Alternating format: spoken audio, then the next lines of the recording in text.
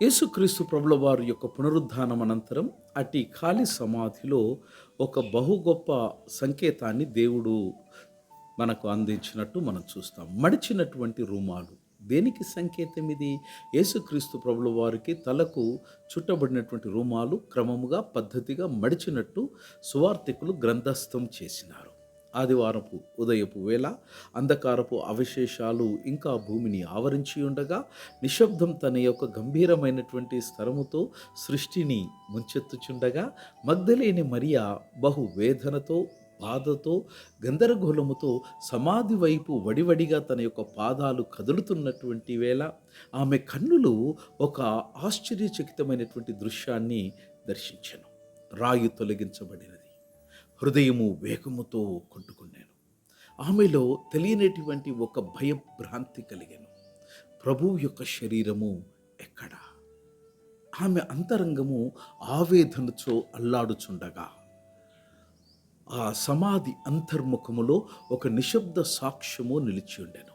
అది శూన్యము మాత్రమే కాదు, అది ఒక ప్రకటన.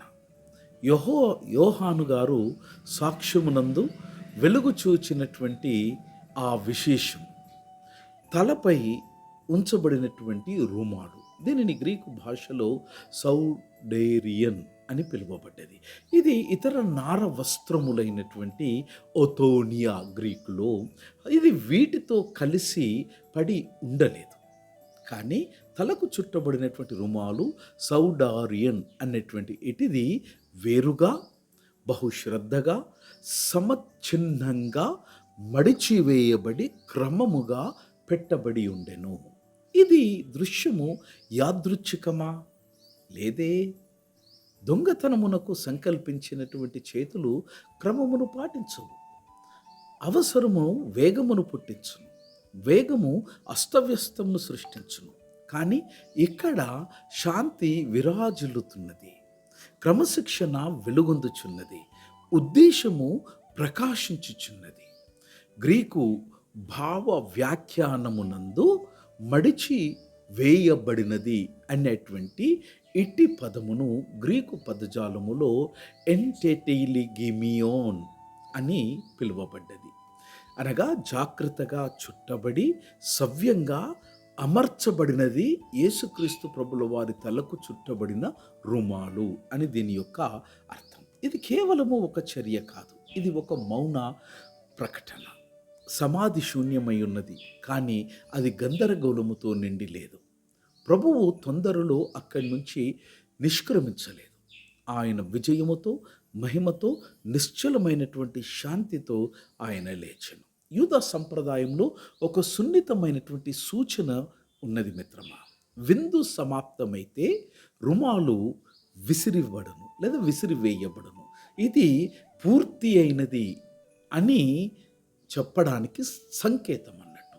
కానీ ఇక్కడ రుమాలు శ్రద్ధగా, క్రమశిక్షణతో, బహు జాగ్రత్తగా మడవబడినది.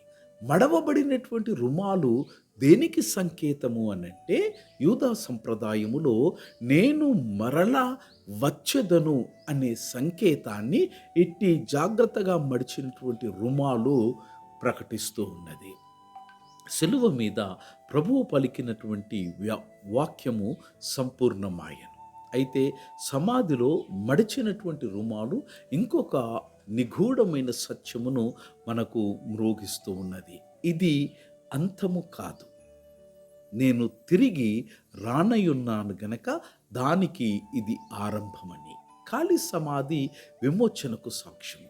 మడిచినటువంటి రుమాలు పునరాగమనమునకు హామీ, భరోసా. అందుచేత ఈ దృశ్యం ఒక చారిత్రాత్మక వివరమును మాత్రమే కాదు, ఇది ఒక ఆత్మీయమైనటువంటి పిలుపు.